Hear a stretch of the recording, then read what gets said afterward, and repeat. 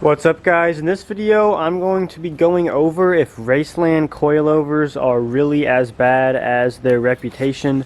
You know, a lot of people will hate on you for getting Raceland coilovers and saying that there is obviously better options out there, and I've had Raceland Ultimo coilovers on my Focus ST for probably about 2 years now, and 15,000 miles or so. And I've had a lot of experience in any sort of driving with these on my car, so I figured I could break down how good or bad these coilovers really are and if they are worth the money.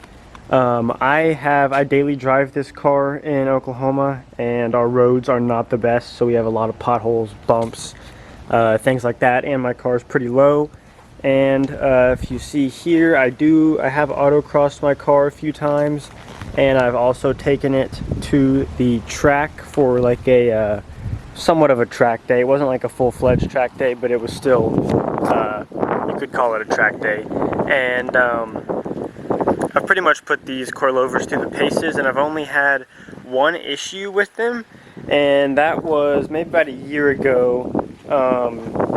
I hit a really big pothole, and it blew the passenger front one right here.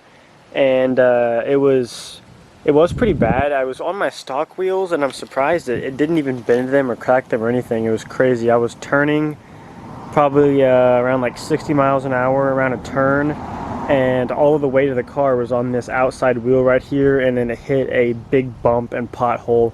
And then I noticed that it was making a weird clunky noise, and then this side was a little bit lower than all the other sides. Then I took it apart and figured out that the coilover was blown, and Raceland handled that situation amazingly. All I did was email them, and they come with a lifetime warranty if you didn't know. I emailed them, I told them that it blew on a pothole, and they said alright. They shipped me out a new coilover for my right front there, and then I shipped the old one back, no cost to me whatsoever, and I got the new coilover put in there. So their lifetime warranty is true. They do honor that, and their customer service is actually pretty good. So as far as that goes, that part of it was great. And as far as the track use and autocross use, that is where they start to fall short. For daily driving, if all you do is daily drive your car, maybe a little bit of spirited driving here and there, but if you just want to go low and you want to do it for cheap, but not like eBay coilover cheap where it might risk your safety, these are the perfect coilovers for you.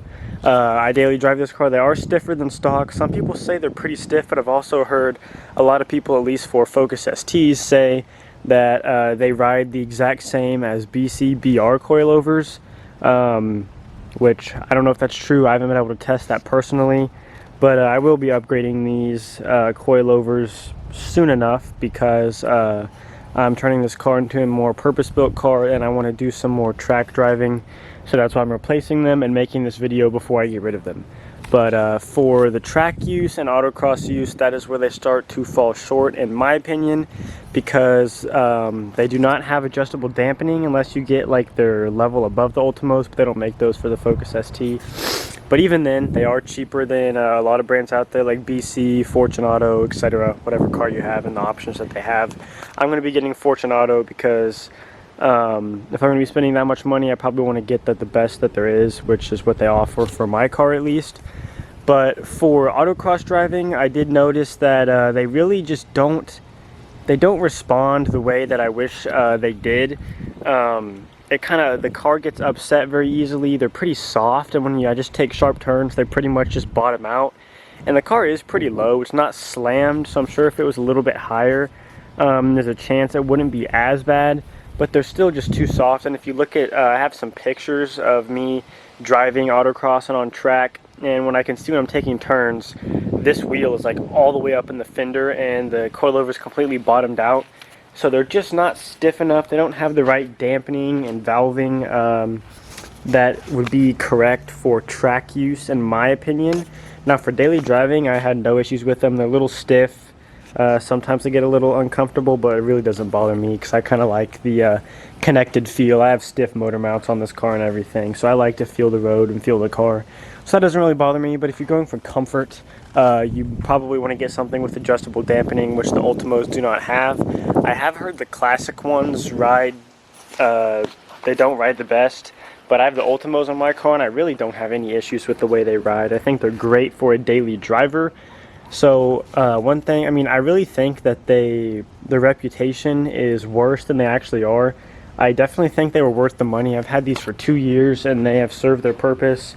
But whenever I bought them, I just kind of wanted to lower the car, and I was too anxious and excited to save up to get something nicer, which now I wish I should have, just because I want to track the car. But if this was a strict daily driver, I think the Raceland Ultimos at least fit it pretty much perfectly.